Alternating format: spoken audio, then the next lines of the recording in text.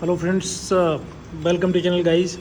सो अभी ये हमारा पीएचडी फील्ड वर्क का चौथा दिन है और आज कुछ काम हुआ नहीं, तो आपको वैसे व्यू दिखा देता हूँ कैसा है।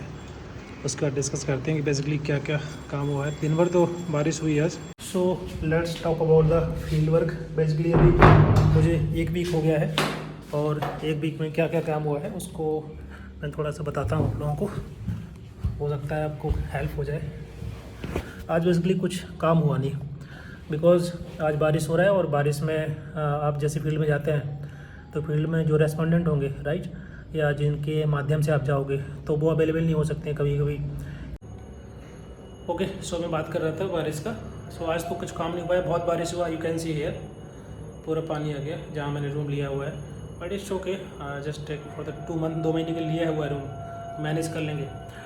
और पहले तो मैं थोड़ा सा बता देता हूँ डिटेल में पीएचडी को लेकर के। मेरा जो फील्ड वर्क है, मैं भुवनेश्वर में पीएचडी का मेरा टॉपिक है। बेसिकली जो लोग भी प्राइमरी डेटा पे स्टडी कर रहे होते हैं तो उनको जनरली फील्ड वर्क विजिट करना होता है। सो जो लोग गांव में करते हैं या किसी ब्लॉक में, किसी शहर में, सिटी में, स्लम एरिया में, या जो भी आपका टॉपिक है इसके रिलेटेड जो भी आपके रेस्पोंडेंट होंगे, आपको वहाँ पर आपको जा करके स्टडी करनी पड़ेगी। तो मेरा सिटी में है, भुवनेश्वर राउरकेला स्मार्ट सिटी।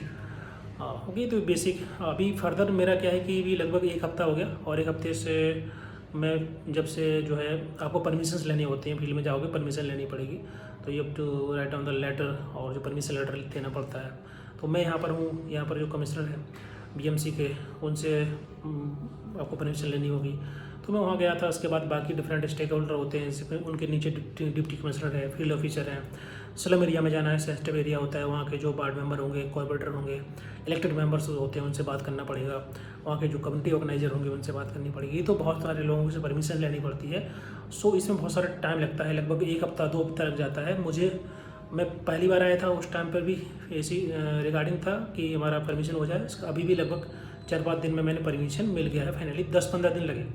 तो आपको धक्के खाने पड़ेंगे, इधर उधर जाना पड़ेगा, ऑफिस के बाहर बैठना पड़ेगा, टाइम वेट करना पड़ेगा, because all these are officer right. उनको अपना काम है, आपका पीएचडी अलग है।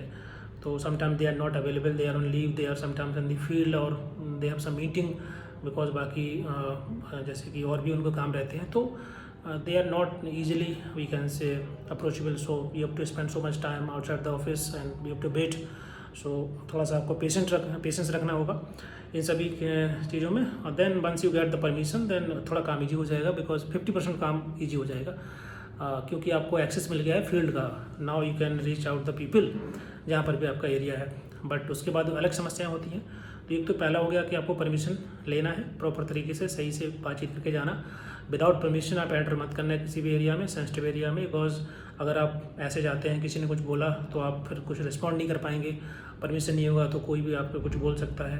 परमिशन होगी तो कहीं ना कहीं आप एक सिक्योरिटी रहती है कि आप बात कर सकते हैं कॉल पर, जहाँ से आपने परमिशन लिया उनसे बोल सकते हैं कि ऐसा ऐसा इशू आ रहा, प्रॉब्लम्स आ रही है।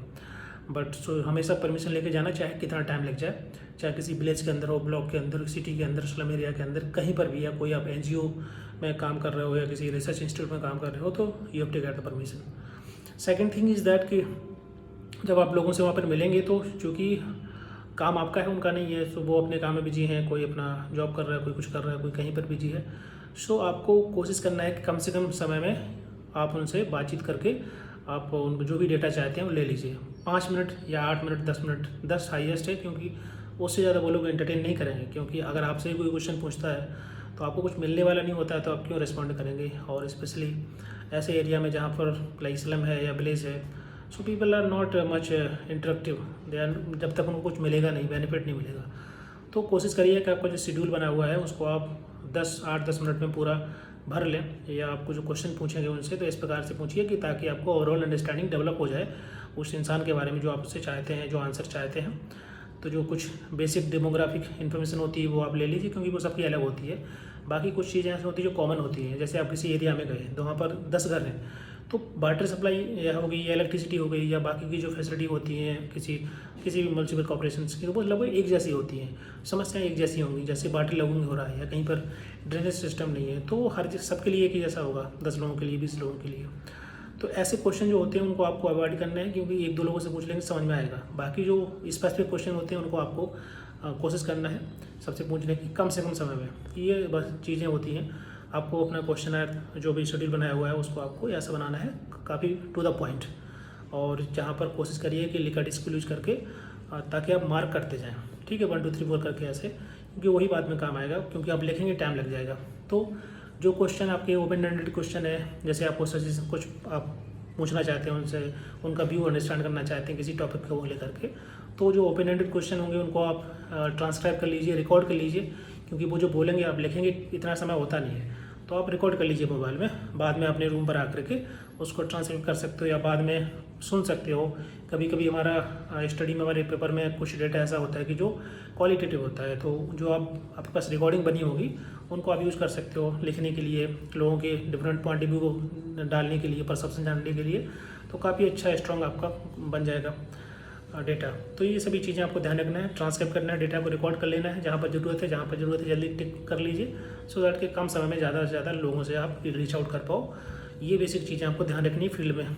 बाकी और फर्दर जो भी होगा मैं बताता रहूँगा, अभी तक के लिए इतना ही है, और नेक्स्ट वीडियो में मैं बात करूँगा कि जो क्वेश्चन है, जो शेड्यूल बनाते हैं हम लोग, उनको कैसे आपको दोबारा से उसको सॉफ्ट कॉपी में डालना है, सो दैट कि आप उसका यूज़ करके सॉफ्टवेयर में आप उसको अपलोड कर पाएँ और सही तरीके से एनालिसिस हो पाए।